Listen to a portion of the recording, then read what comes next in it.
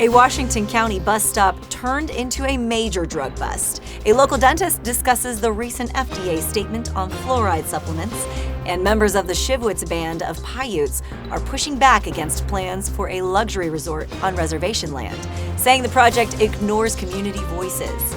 We'll break down these stories, your daily weather, and more news from around the area. You're watching St. George News at 5, brought to you by our studio sponsor, Win Injury Law. Good afternoon, I'm Monica McLaughlin. A Washington County bus stop turned into a major drug bust after a sheriff's canine alerted deputies to a passenger's backpack. Inside, investigators say they found 2 hollowed-out fire extinguishers packed with more than 6 pounds of fentanyl pills and heroin. The passenger, 40-year-old Luis Barajas Garcia, was arrested and booked on multiple felony drug charges and is being held without bail. The FDA is warning against children's fluoride supplements, while Utah dental leaders and a St. George dentist stress that use should be decided on a case-by-case basis. We met with St. George dentist Ryan Daly for a closer look at what parents need to know and how families can make the safest choice for their kids' dental health. Brush, floss, all that matters. Fluoride supplements for children has been making national news. So I have Dr. Daly here with me. And tell me, how do you advise your patients when they bring this up to you? Well, I get this asked, basically daily. I'm getting this question. Norbert Kennedy is basically telling us that we shouldn't give kids under 3 the supplements like the pill. Reality is I, as a doctor, have not given those pills in my whole career. If you are somebody who is taking care of your mouth perfectly well, textbook-wise, that is very rare. Which every child is, of course, out of the ones I own. Mine are perfect. If you are taking care of your teeth by brushing, flossing, eating correct foods and good foods, good quality foods, it's not going to matter what you do as far as taking a pill or not. The Utah Dental Association has issued a statement since the FDA announcement regarding fluoride that contradicts the federal administration advice not to give supplements to children under the age of 3. The organization said research shows the use of fluoride tablets at home is an effective way to strengthen teeth and prevent cavities in kids with a high risk for tooth decay and those who live in areas where the water does not contain fluoride. Both Daly and the Dentist Association said the use of supplements is a case-by-case basis, and parents should speak to their child's dentist for more information. Now let's take a look at your daily weather forecast, brought to you by Casablanca Resort and Casino. Today in St. George, you will see sunshine and pleasant conditions with a high near 60 and a low around 36. Tomorrow will be just slightly warmer, a high near 63 and a low near 36. For Mesquite, expect a comfortable high near 70 and an overnight low around 41. Tomorrow brings similar skies and mild warmth with a high near 71 and a low near 41. And in Cedar City today, you'll hit a high near 49 and drop to a low around 28. Tomorrow improves slightly, a high near 55 and a low near 30. Now we'll go to Tyler Todd for your weekly injury law review. Hi, I'm Tyler with Win Injury Law. Bicyclists are some of the most vulnerable on our roads. When drivers fail to share the road, the consequences can be life-changing. We stand up for injured cyclists and make sure their rights are respected, because 2 wheels deserve the same protection as 4. 2 people were hospitalized after a failed U-turn triggered a violent T-bone crash in Washington City, launching an SUV onto roadside boulders and stopping just shy of nearby homes. Let's go to Maury Kessler with the latest on the investigation and how neighbors say this dangerous stretch of road needs urgent safety improvements. A crash in Washington City Monday evening sent 2 people to the hospital after an improper U-turn on Telegraph Road. Police say a man in a gold Acura RL had turned onto Telegraph from Landfill Road, pulled over on the shoulder, and then attempted a U-turn in front of an eastbound gray Dodge Journey. The Dodge T-boned the Acura, then veered off the road and hit large boulders that stopped it just short of a brick wall separating nearby homes from the roadway. Fire crews had to extricate both the Acura's driver, a man in his late 30s, and a woman riding in the Dodge.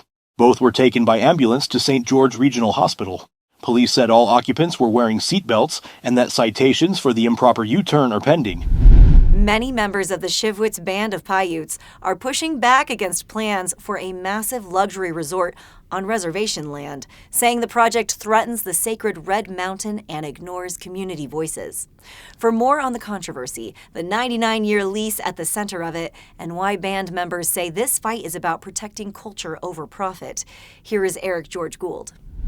St. George News walked with Shivwits Reservation Land Resource Manager Lawrence Snow recently to get a look at the reservation land that might be developed by Black Desert Resort. Snow and a number of band members talked to St. George News about the idea. From that eastern edge all the way up to the tank over there towards Red Mountain. And what that does to us is it cuts us off from that Red Mountain. That's a spiritual place for us. And people who come off that Utah Hill, they stop to take pictures of that Red Mountain because it's a beautiful thing. And to have something man-made it's like sitting in a national park looking at somebody's house or a golf course. It's just unbelievable to me. The proposed resort and tourist destination will have sports fields, team rooms and cabins, 3 18-hole golf courses, a beach amenity at Ivans Reservoir, and several other amenities, including a Shivwits museum and site upgrades. Vanessa Tom told St. George News that community members weren't aware of the project until it was announced in early October. The announced plan by Black Desert Resort came as a great disappointment to some band members. Lawrence Snow told St. George News that the band faced a similar hurdle in the past. Because years before we talked about a golf course when we first got our water rights, when the older ones were here, the older ones, and it all got turned down. This community didn't want it. They didn't want the haves and the have-nots on their own property. That's not a good look or a good feeling. The idea that the development will desecrate sacred land is the main cause of anxiety for band member Misty Blue Snow and Elder Joel Bushhead. They know how everyone out here felt about it. A lot of people were angry with them, myself included.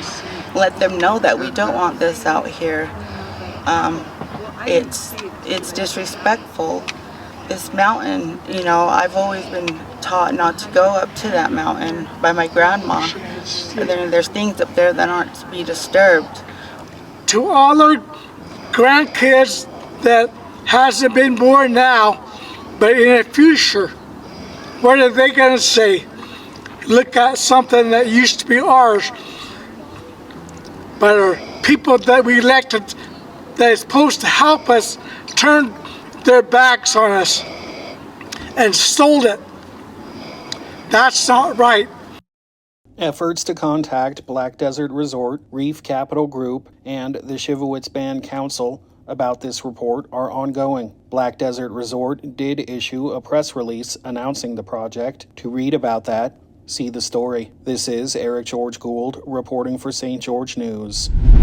Thank you for watching St. George News at 5.